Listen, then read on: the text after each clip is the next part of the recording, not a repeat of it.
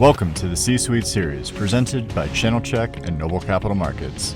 Noble's an SEC-registered, FINRA-licensed broker-dealer and the source of the equity research available on Channel Check. Today's interview features Schwazze, OTC ticker symbol SHWZ. Noble Senior Research Analyst Joe Gomes interviews Schwazze Chairman and CEO Justin Dye. Visit channelcheck.com or click the link in the description to access equity research, news, and advanced market data on Schwazze, all at no cost.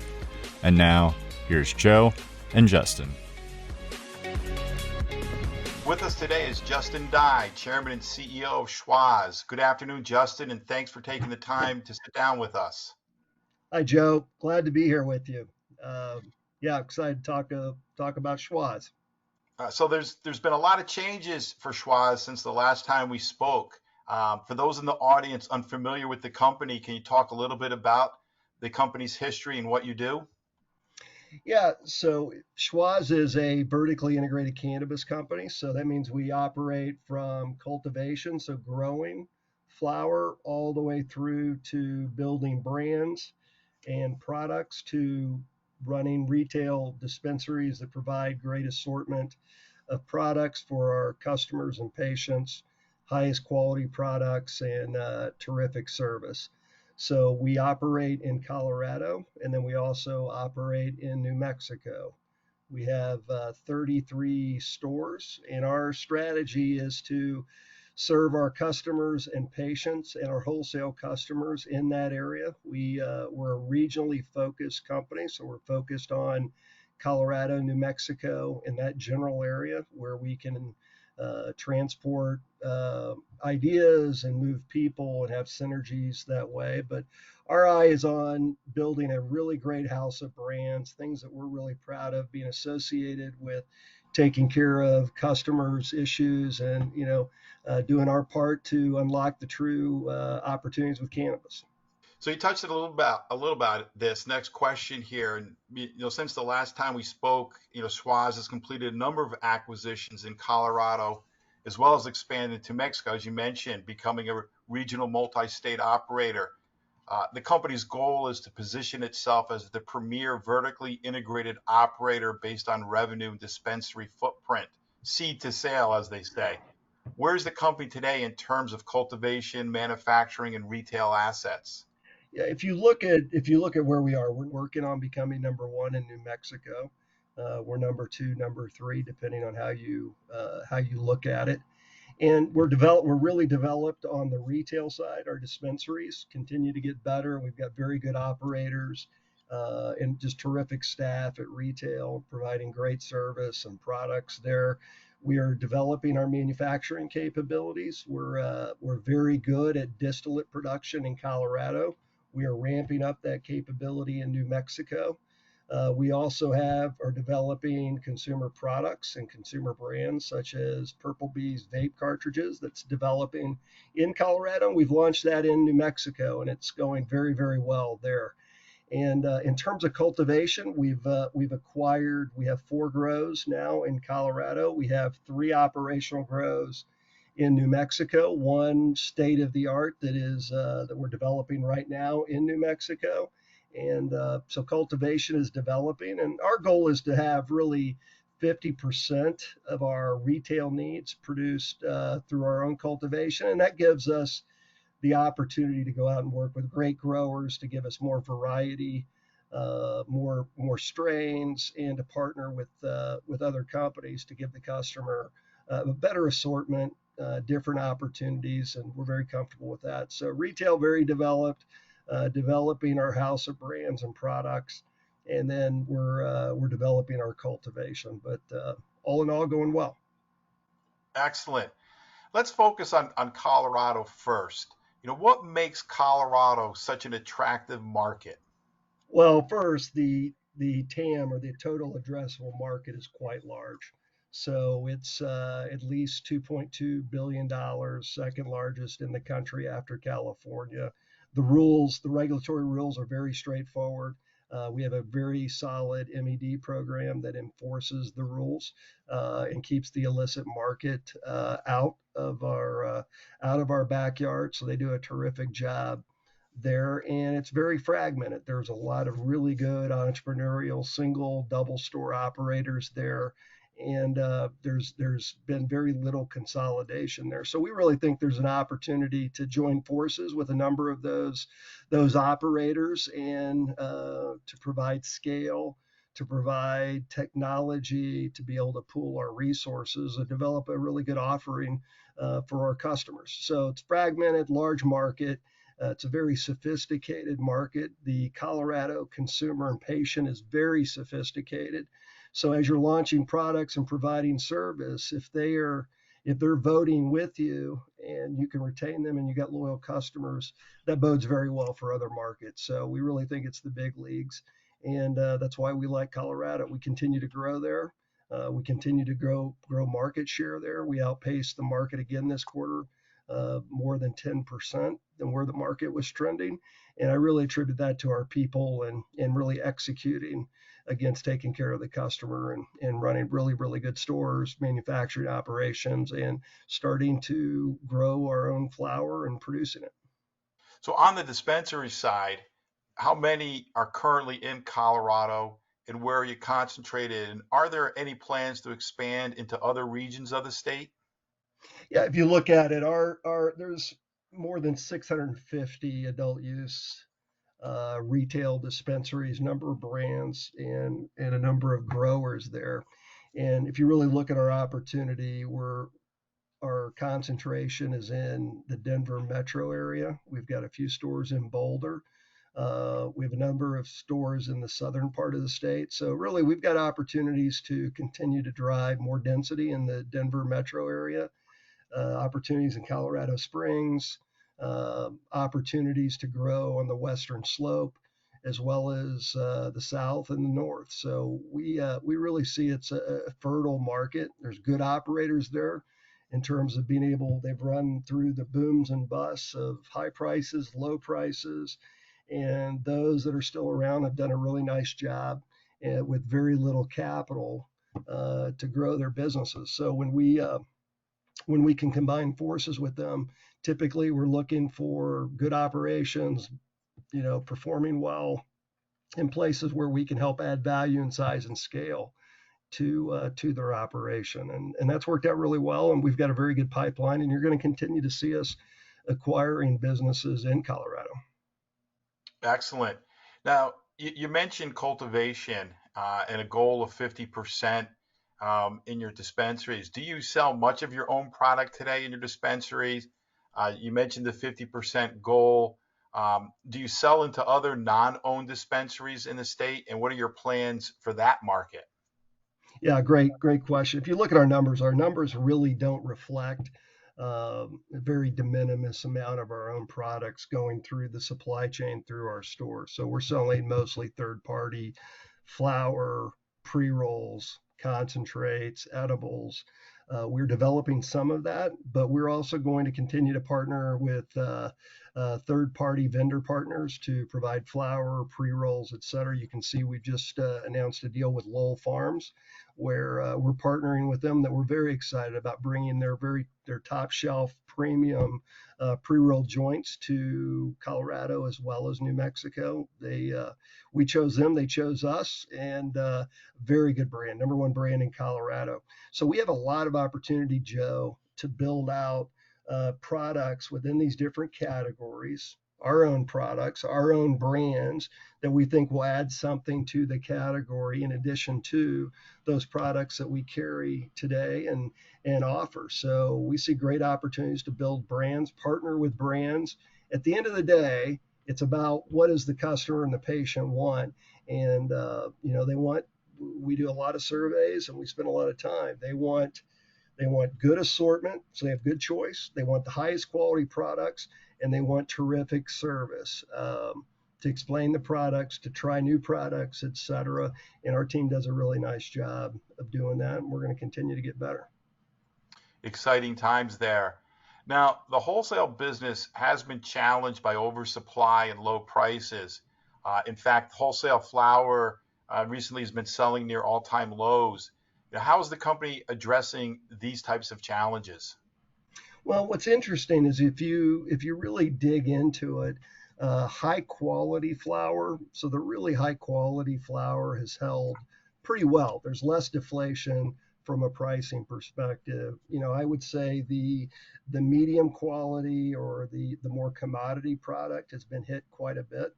So we do sell some of our flower in the open market, and we do sell those to other dispensaries where it makes sense for us to do that. We also are starting to bring that through our stores as well. And it's an opportunity to buy really good flower at good prices. And you've got what happened in Colorado. You had a number of new growing licenses come on board the last 18 months, and you've seen a lot of new growth and new licenses and new flower, and we've seen product supply outpacing demand. So certainly we've seen pressure, but the pressure has really been on the commodity side, much less on the really high quality side, which is where we spend we spend most of our time sourcing those products and providing those products. So in terms of other wholesale, the distillate market, where we take biomass and convert it into distillate, and we sell that to vape cartridge manufacturers and edible manufacturers. That market has slowed down, and we've seen a lot of pricing pressure there. And we're built for that. So we're built, our cost structure and our quality measures are such where we can continue to survive and grow market share in that market. But certainly, pressure on the top line has pressured our margins, and we're dealing with that. And I think we're doing as well as you can. But we've seen deflation of close to 50% on the distillate market. So from 10,000 a kilogram down to the markets anywhere from 5 to 6 for really high quality, and maybe 7 depending on the THC content, et cetera. So we've seen that. We've weathered it. Our cost structure is one where we can still make money in that environment, and we anticipated that, and we're kind of going through that cycle right now. So it's really about us taking care of our CPG and wholesale customers, and I think we've done a good job of doing that. Let's shift gears to New Mexico for a moment. What makes this such an attractive market, and what are your plans for New Mexico going forward? We love New Mexico. I've spent a lot of time in other businesses in New Mexico, and it's a great state. The population there is growing, and it's a really great state to do business in. So we're excited. Most of our stores are in Albuquerque. Our headquarters of our Greenleaf, which is the flag, our house of brands in New Mexico, is headquartered in Albuquerque. And we love the market opportunity. And if you look at the consumer there, they're sophisticated. It's a very strong medical market. We have great patients there that are very sophisticated. And on the adult use side, it just went live here April the 1st. So New Mexico went live, and we've seen the sales grow dramatically from that. And it's really been about us being ready with supply and making sure the stores are in stock, which our team there, led by Steve Pear, has done a nice job. We got ahead of the inventory side and made sure we had excess inventory to deal with the demand that was coming, and we've done a really nice job of that. And you're going to continue to see us grow there through organic growth, new products, new stores, as well as acquisitions. And it's a great fit. We've been able to promote people from within our Greenleaf to new roles there in New Mexico, as well as bring people from Colorado and promote from within, which is really important to me as we develop our people and create really good careers for them. So you kind of led right into my next question. With all the rapid expansion, how are you filling in your management team? Yeah, most of it is development from within. We have people from different backgrounds that come from cannabis, that come from retail, come from the restaurant business, et cetera. And we really believe in one, we got to have a lot of passion for what we do, and we really believe we're changing people's lives. We're very passionate about the power of cannabis to treat anxiety, to treat pain, sleep, and there's a number of other things that we think it's an organic opportunity to help benefit people and make their lives better. So it really starts with that, and that's sort of the beacon that we all rally around. And then it's people that want to work hard. It's individuals that within the organization that want to take on more responsibility. We train them as much as we can and put them in great opportunities. We do pull some people from the outside where we take good athletes and bring them in that fit into our culture. Our culture is very unique in terms of it's a culture that's built on teamwork and innovation, and we want to experiment. We encourage people to try things, and if they fail, to get back up and try it again. It's a great environment. We tell them to go swing for the fences. So I think people really like that kind of environment. When you make a mistake, someone, we put your arm around you and say, okay, what did we learn from that? Let's move on. So, but a lot of those people are coming from within, and that's probably the most thing that I get most excited about is helping people within get new opportunities. You could tell I get excited about that. So you mentioned a couple of times that Schwazze is a house of brands. Can you explain what you mean by that and how you see the house of brands concept helping the company going forward? Yeah, I think, in terms of having one brand that you go to market with. So say, some great companies out there that have a singular consumer facing brand. We want to develop brands that resonate with those customers, those patients, those wholesale customers that they can associate with, and they know what that brand stands for. So when I say a house, for instance, our retail banner, so what's on the front of the store in Colorado, we have Starbuds and we have Emerald Fields. Those are our two principal brands. If you look in New Mexico, it's our Greenleaf. That's our retail. That's what's on the front of the store. And that stands for something. And we're not changing that today. So the patients of New Mexico, they love our Greenleaf. I think it's one of the best retailers, if not the best there in terms of their capabilities and how they treat customers. So those are the retail brands. And then we have an opportunity to we've developed a vape cartridge brand called Purple Bees that is highest quality at a very good value for people. So, Costco's done a great job with Kirkland. So that's something that's inspired us. And you're going to continue to see us working with Purple Bees brand. For instance, we partnered with Lowell Farms. We thought that brand was terrific and what they stood for in terms of the highest quality and their attention to detail around the product and craftsmanship, et cetera. And that's what we want to stand for. And so that's exciting. So you'll see us develop a number of brands that will stand for something. And generally, it's going to stand for quality, attention to detail, craftsmanship, consistency, and great service wrapped around it. So we want our customers to absolutely love us. There's nothing better from a marketing perspective than word of mouth and having customers pound the table and say, Schwazze or Starbuds or Emerald Fields or Purple Bees. Those are all the things that we want to do. And then we've got a hydroponics business, Big Tomato, that's been voted number one in Denver multiple years. And that team has done a nice job at taking care of growing facilities. And that's a business that's been there for a long time. And then we also have Success Nutrients that we think are the best nutrients in the business and stand for quality. We're not the lowest price. We don't cut corners. They're manufactured with care and craftsmanship, and they should provide really great yield. So that's really, when we talk about House of Brands, we want to stand for passion for our customers and really high quality, good value products. Thanks for that color. Now, recently, there's been a lot of talk in the press about inflation, supply chain constraints, and an imbalance in supply demand for employees. How is Schwazze addressing these challenges? Yeah, I mean, it's, I'm sure you have a perspective on this too. And, as the CEO of the company, I'm concerned. I'm always concerned about what's happening with our customer.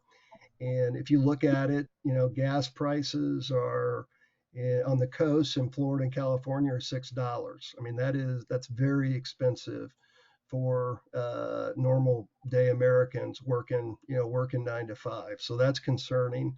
And then you look at inflation in other areas; it's continued to go up. Food inflation has continued to spiral, and we're now in a situation where the Fed has got one hand on raising rates to try to slow down inflation while not trying to really try to shut off the economy, and that's a very tricky thing to do.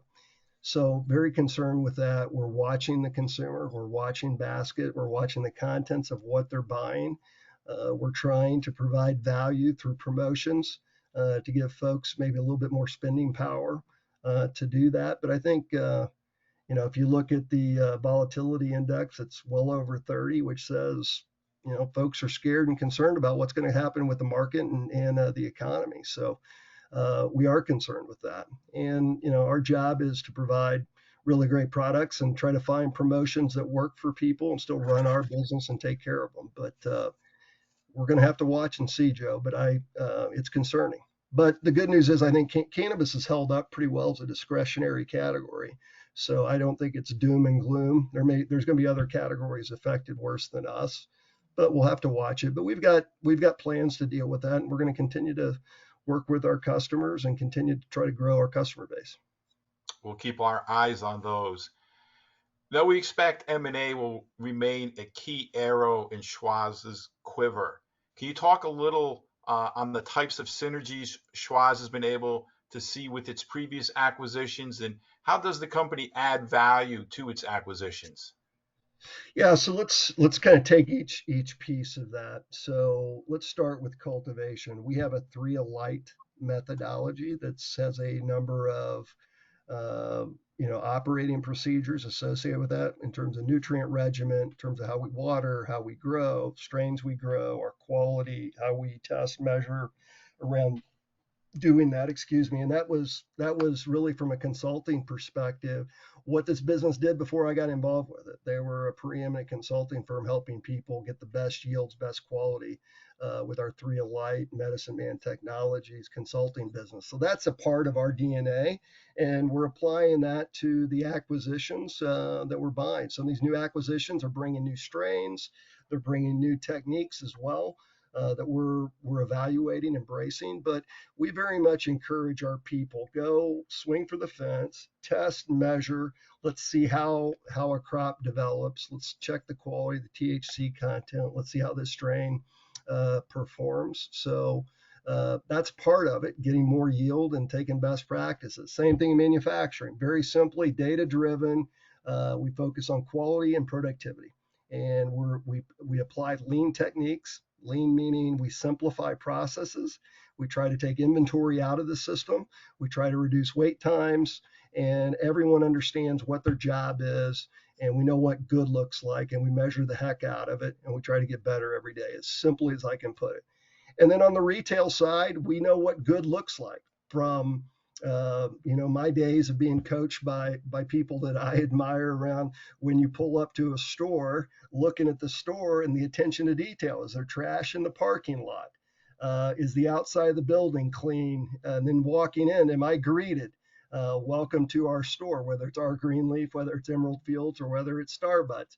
And then it's about driving, making sure you've got the right products and that you're in stock, and making sure you've got the right people in place to service the customer. So when you talk about synergies, that's sort of the operating playbook, so to speak. And then we drive buying. We try to take noise out of the supply chain so we can buy direct, take mileage out of it, so it gets to our stores more efficiently.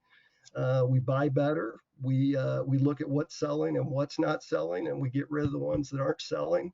And all those things have been able to help us. And if you look at the last 3 or 4 acquisitions we've done, the gross margins are up anywhere from 5 to 10%. So that shows you that power of what we're doing. And the great news is there's still opportunity. I still walk in stores. I still go through the product lines, and we still have room to grow and develop. And that's exciting to try to reach your potential. Attention to detail is key. So there's been a lot of talk, hope, let's call it, in the industry about changes coming out of Washington, the SAFE Act, Section 280E, possibly even federal legalization. Can you provide us your thoughts on these topics and where we stand or might be going? Look, let me. I think it's incumbent upon our legislators, those folks that we voted for, to listen to their constituents. Cannabis, it is crystal clear. Cannabis is not a party issue. Republicans and Democrats both alike are for legalization, and we should put rules around it. It doesn't get in the hands of children. We regulate it, we do it the right way, etc. What's incredibly frustrating for most Americans who tend to be very pragmatic and logical is get it done. And there's an issue with who gets credit for it. And, it's really about who gets credit for it and getting reelected. And I'll say it that bluntly. And it's very concerning. We should get to safe banking. We should take cash out of the system. It's dangerous. There's a number of break-ins and holdups in a number of locations across the country, and folks are injured and held at gunpoint, et cetera, and that's not acceptable. And we should fix that. And Washington should fix that. The Senate ought to get on with it and approve the safe banking. In the meantime, as they ponder and work through this, we're going to continue to build our business, and we'll do that with or without them. And we will eventually get safe banking. I think it's sooner rather than later, and it's going to benefit us terrifically. I mean, we will benefit from lower banking fees. We will have lower debt costs significantly. We'll be able to take cash out of the system. We'll be able to expand the category and expand the tax base. We'll accept credit cards. So there's a lot of good things there. That's good for everybody. It's more tax revenue for local municipalities and the states. And a number of them are running deficits, and I think we're on the right side. We're job creators and we're taxpayers. So this industry is really good for that, and I think we're going to continue to see that. In terms of federal descheduling, so in terms of taking cannabis off the Schedule 1 list, which unlocks a lot of things for the industry, allows you probably to uplist to the NASDAQ New York Stock Exchange, and brings a wall of institutional capital into the sector. So you'll have very large funds coming in that are prohibited from operating today. And that's why I think you're really seeing some of the pressure on stock prices. I mean, the entire sector is trading at multiples that I scratch my head on. You've got businesses generating 30+% in EBITDA margins, generating, a few of us are generating free cash flow, and we're trading less than companies that have 4 to 5% EBITDA margins that are growing at, inflation rates, 1 to 2%. So I think that's going to happen, but I think it's going to be down the road. Our job is, when it comes, we'll welcome it and we'll be ready for it and we'll take advantage of it. In the meantime, we're going to keep building our business, and we're going to build a great company built on good, strong fundamentals, and keep doing what we're doing. Seeing how things operate in Washington these days, that's the smart play for sure. So again, you kind of led right into my next question. We see Schwazze as an undervalued situation, especially when comparing the company to other cannabis firms. What steps are you taking or expect to take to help bridge the current discount? Well, one comment I would say is as a value investor myself, and I mean, this is when smart money makes money. You see really good companies where they're trading at a small multiple of EBITDA. They're growing. They're doing things the right way. These are companies that people should want to own, and ours is, I think, is a poster child for that. So, what we're doing is we're going to continue to operate the business. We're going to continue to grow it, tell our story like we're doing here. We've got a terrific management team. We've got a good board. We've got investors and employees that are passionate about what they're doing. And I'm just super thrilled with what we're doing here. It's a lot of fun every day, and we're building a great company. And I think over time, we're going to get rewarded for that. And I think it's a temporary blip. I think we can see so much of it's built on expectations around safe banking, where I think if individuals who can invest in the sector, when they look at the fundamentals and they look at companies like ourselves, they're going to say, I can buy a company like this that's growing at 60, 70%, that has 30% EBITDA margins, generating free cash flow over time and growing and building a really great company. I can buy it for 4 to 5 times EBITDA, or I can go buy something else for 15 to 20 times that doesn't have the growth potential. So I love the sector. I'm even more bullish on it. I think the U.S. cannabis companies are going to run, and they're going to run big. And that's why I invested in it. It's why we're in it. And, we hope to, with all humility, we hope to be one of those companies that people believe in and bet on. And we're going to work hard to make sure we create shareholder value and take care of customers. And it's really that simple, Joe, really. Couldn't agree with you more, Justin. So finally, you kind of did this in your previous answer, but I'll give you one more shot to give us your elevator pitch for an investor looking at Schwazze. I think a growing titan of cannabis that does things the right way, that is outgrowing its market and taking market share and doing things the right way, undervalued, and it's a safe place to invest. It's undervalued, so we're going to take that capital and spend it very thoughtfully, and we're going to grow. And at the end of the day, an undervalued winner, and in a sector that's going to explode. And I think that translates into terrific investor returns. Great. Well, Justin, we covered a lot of ground today and got significant insight into what Schwazze does, its markets and opportunities. We appreciate you taking the time to do this CEO interview, and we wish you and the company the best in the future. Thanks again. Joe, thanks for your time. Go Schwazze. Thank you for joining us for this C-Suite interview presentation brought to you by Channel Check. View our YouTube channel for more video content, including C-Suite interviews, virtual roadshows, and conference presentation replays. New content is added regularly, so subscribe below to stay up to date. Visit channelcheck.com or click the link in the description to access equity research, news, and advanced market data on this and the 6,000 other small and microcap companies listed.